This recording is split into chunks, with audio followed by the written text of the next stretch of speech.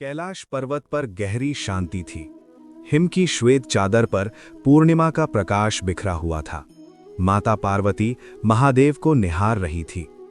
कुछ क्षण बाद उन्होंने गंभीर स्वर में पूछा, प्रभु, संसार में असंख्य लोग ओम नमः शिवाय का जप करते हैं।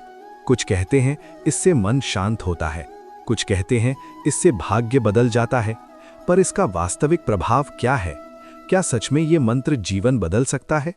महादेव मुस्कुराए।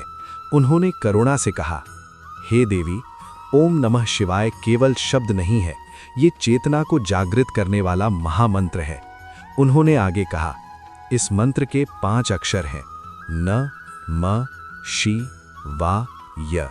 ये पांचों अक्षर पंच तत्वों का प्रतिनिधित्व करते हैं, पृथ्वी, जल, अग्नि, वायु और आकाश। शिव पुराण में कहा गया है कि ये पंचाक्षरी मंत्र स्वयं शिव का स्वरूप है।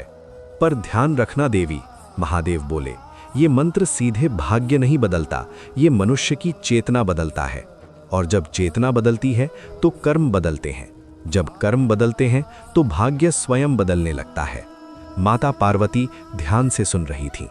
महादेव बोले, जो व्यक्ति नियमित जप करता है उसकी प्रतिक्रियाएं बदलने लगती हैं।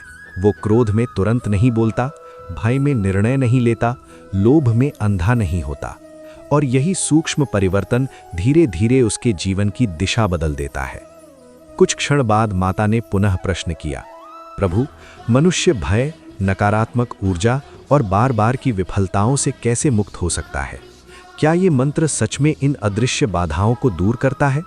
महादेव बोले, मनुष्य की सबसे बड़ी शत्रु कोई बाहरी शक्ति नहीं, उसका असंतुलित मन है। उन्होंने समझाया, ओम ब्रह्मांड की मूल ध्वनि है। जब मनुष्य ओम का उच्चारण करता है तो उसका चित्त सृष्टि की मूल ऊर्जा से जुड़ने लगता है। मांडोक्य उपनिषद में ओम को संपूर्ण चेतना का प्रतीक कहा गया है। महादेव आगे बोले, जब कोई ओम नमः शिवाय जपता है तो भीतर 3 परिवर्तन प्रारंभ होते हैं। पहला, भय कम होने लगता है। दूसरा, विचारों की अशुद्धि घटती है। तीसरा, निर्णयों में स्पष्टता आती है। और यही लोग भाग्य बदलना समझ लेते हैं। माता पार्वती ने पूछा, प्रभु, जप की सही विधि क्या है? महादेव बोले, शांत स्थान पर बैठो, रीढ़ सीधी रखो, धीरे श्वास लो, भीतर ओम का अनुभव करो, श्वास छोड़ते हुए नमः शिवाय का उच्चारण करो। संख्या से अधिक महत्वपूर्ण है भावना और नियमितता। फिर उन्होंने गहरी बात कही, कम से कम 40 दिन निरंतर जप करो, एक भी दिन बिना कारण मत छोड़ो, क्योंकि निरंतरता मन में नई आदत बनाती है। माता पार्वती ने पूछा, प्रभु, कर्म बंधन कैसे हल्के होते हैं? महादेव बोले, कर्म का नियम अटल है, पर उसकी तीव्रता कम की जा सकती है।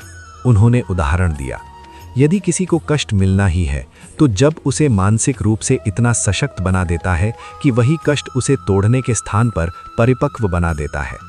जब मनुष्य कर्ता भाव छोड़ देता है और स्वीकार करता है कि वो केवल माध्यम है, तभी कर्म बंधन ढीले पड़ने लगते हैं। माता ने अंतिम प्रश्न किया, प्रभु, यदि कोई वर्षों तक जप करता रहे तो उसकी अंतिम अवस्था क्या होती है? महादेव की वाणी गंभीर हो गई, मंत्र का अंतिम फल बाहरी सफलता नहीं, भीतरी जागरण है। धीरे धीरे साधक प्रतिक्रियाओं से मुक्त होने लगता है। वो अपमान में नहीं टूटता, सफलता में अहंकारी नहीं होता, हानि में घबराता नहीं। एक समय आता है जब मंत्र केवल शब्द नहीं रहता, वो अनुभव बन जाता है। फिर जप करने की आवश्यकता भी नहीं पड़ती, मंत्र स्वयं भीतर गूंजने लगता है। उसकी श्वास, उसका हृदय, उसकी चेतना सब ओम नमः शिवाय की लय में चलने लगते हैं। महादेव ने अंतिम उपदेश दिया, ये मार्ग तुरंत चमत्कार देने वाला नहीं है, ये धैर्य, निरंतरता और समर्पण का मार्ग है। पर जो इसे अपनाता है वो एक दिन अनुभव करता है, शांति बाहर नहीं भीतर थी, शक्ति बाहर नहीं भीतर थी, और शिव कहीं दूर नहीं स्वयं के भीतर थे। कैलाश पर पूर्णिमा की उजली आभा फैल गई, चारों ओर मौन था। हर हर महादेव। अगर आपको ये वीडियो पसंद आया हो तो लाइक करें, चैनल को सब्सक्राइब करें और कमेंट में हर हर महादेव अवश्य लिखें। महादेव की कृपा आप पर बनी रहे।